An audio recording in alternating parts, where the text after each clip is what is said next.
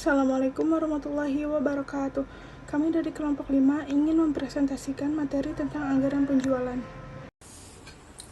Di sini saya akan menjelaskan tentang pengertian anggaran penjualan. Anggaran penjualan adalah rencana tertulis yang mencakup perkiraan penjualan suatu perusahaan untuk periode waktu tertentu di masa mendatang, biasanya dalam 1 tahun anggaran. Anggaran penjualan merupakan bagian penting dari proses perencanaan dan penganggaran perusahaan secara keseluruhan. Pengertian anggaran penjualan yang lebih spesifik yaitu merupakan proyeksi atau estimasi penjualan yang diharapkan dapat dicapai perusahaan dalam suatu periode anggaran, biasanya 1 tahun ke depan. Selanjutnya, dinyatakan dalam satuan unit produk yang akan dijual atau dalam satuan nilai rupiah pendapatan penjualan yang diharapkan.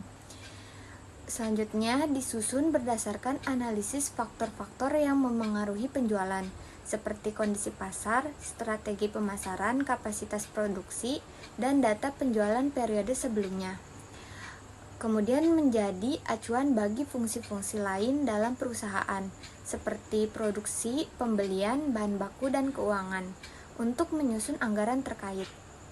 Berfungsi sebagai alat pengendalian dan evaluasi kinerja penjualan perusahaan selama periode anggaran. Nah, anggaran penjualan yang akurat dan realistis sangat penting bagi perusahaan karena menjadi dasar dalam pengambilan keputusan dan alokasi sumber daya yang efektif untuk mencapai target penjualan yang diharapkan. Selanjutnya, ada tujuan anggaran penjualan. Yang pertama, merencanakan target penjualan yang ingin dicapai perusahaan dalam periode tertentu. Kedua, memberikan panduan dan arah bagi kegiatan penjualan perusahaan. Ketiga, mengkoordinasikan berbagai fungsi dalam perusahaan agar sejalan dengan target penjualan. Yang terakhir, menjadi dasar penyusunan anggaran-anggaran lain seperti anggaran produksi, anggaran biaya, pemasaran, dan anggaran kas. Baik, selanjutnya adalah manfaat anggaran penjualan. Yang pertama, membantu manajemen dalam mengalokasikan sumber daya secara efektif dan efisien sesuai dengan target penjualan. Kedua, menjadi alat untuk mengevaluasi kinerja penjualan dengan membandingkan realisasi penjualan dengan anggaran yang telah ditetapkan. Berikutnya, memberikan informasi yang berguna untuk mengambil keputusan dan melakukan penyesuaian strategi penjualan jika diperlukan. Selanjutnya, membantu manajemen dalam mengidentifikasi peluang penjualan dan meminimalkan resiko penjualan yang tidak tercapai. Selanjutnya, meningkatkan koordinasi dan komunikasi antara departemen penjualan dengan departemen lain dalam perusahaan. Terakhir, memotivasi tenaga penjualan untuk mencapai target penjualan yang telah ditetapkan.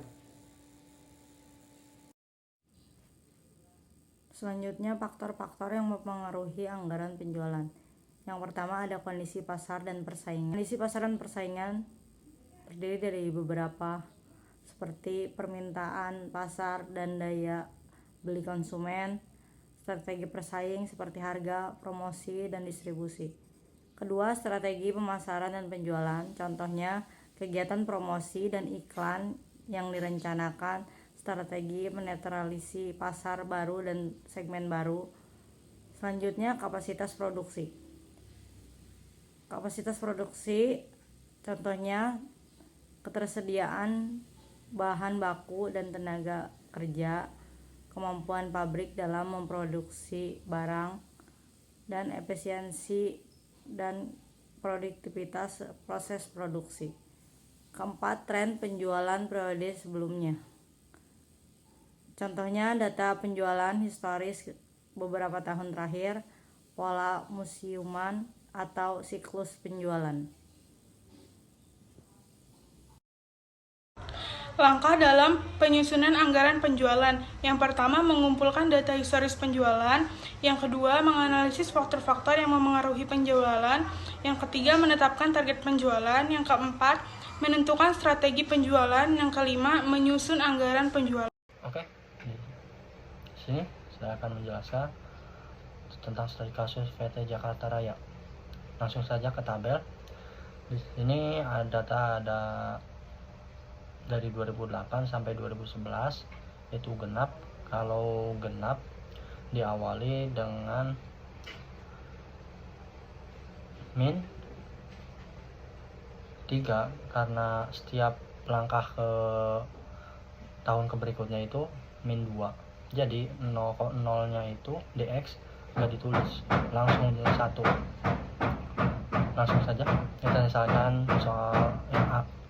Sigma Y dibagi N.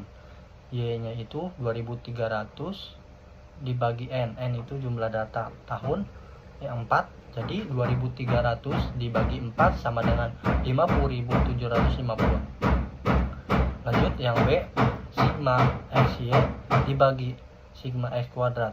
Sigma XY nya yaitu 25.000, sigma X kuadratnya 20. Jadi 25.000 dibagi 20 sama dengan 1250.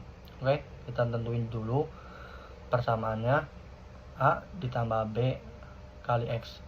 A nya itu 50.750 ditambah 1250X. Yang ditanyakan itu tahun 2012 sama 2013. 2013 ini N ke-5 karena 2011 N ke-4. X nya itu berarti ditambah 2. N dari 2012 5. Rumusnya adalah 50.750 ditambah 1250 dikali 5 sama dengan 57.000. Yang B yang 2013 naik lagi 1 tahun, berarti X nya itu ditambah 2 jadi 7. Sama kayak seperti tadi rumusnya, A ditambah B kali X. A nya itu 57.500 ditambah 1.200 X. X nya itu 7 sama dengan 59.500.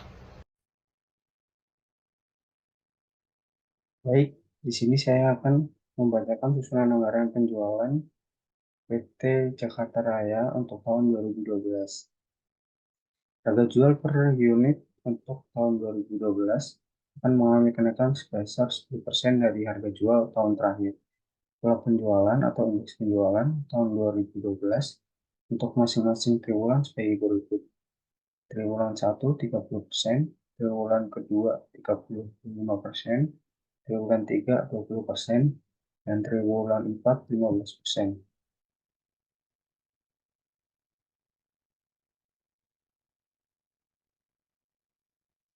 Selanjutnya, penjualan tahun 2012 sama dengan 57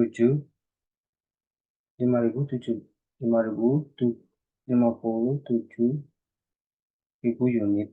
Indeks triwulan 1 30% dikali 57.000 sama dengan 17.100. Indeks triwulan 2 35% dikali 57 sama dengan 57.000 sama dengan 16.950 unit. Indeks triwulan 3 sama dengan 20% dikali 57.000 sama dengan 11.400 unit. Indeks triwulan keempat sama dengan 15% dikali 57.000 sama dengan 8.550 unit. Harga per unit tahun 2012 sama dengan Rp13.500 dikali 11% sama dengan Rp14.850. PT Jakarta Raya anggaran penjualan tahun 2012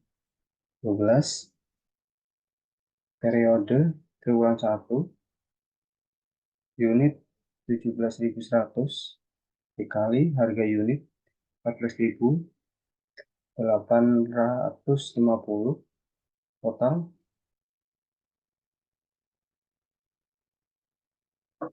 253.935 rupiah. Periode triwulan 2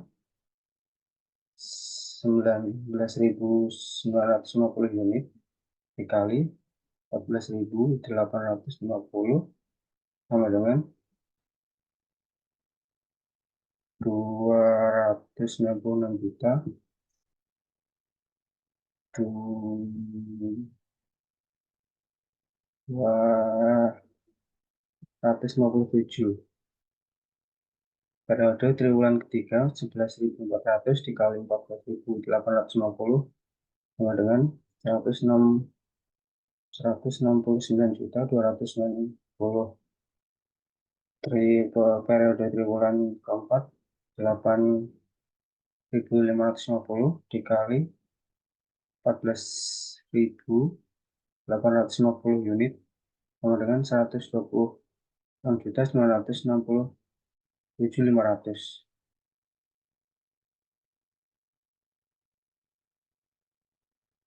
Jadi total 57.000 unit dikali 14.850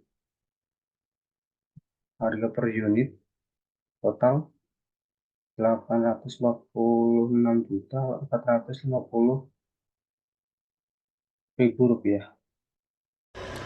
Cukup sekian dari kelompok kami, kurang lebihnya mohon maaf. Wassalamualaikum warahmatullahi wabarakatuh.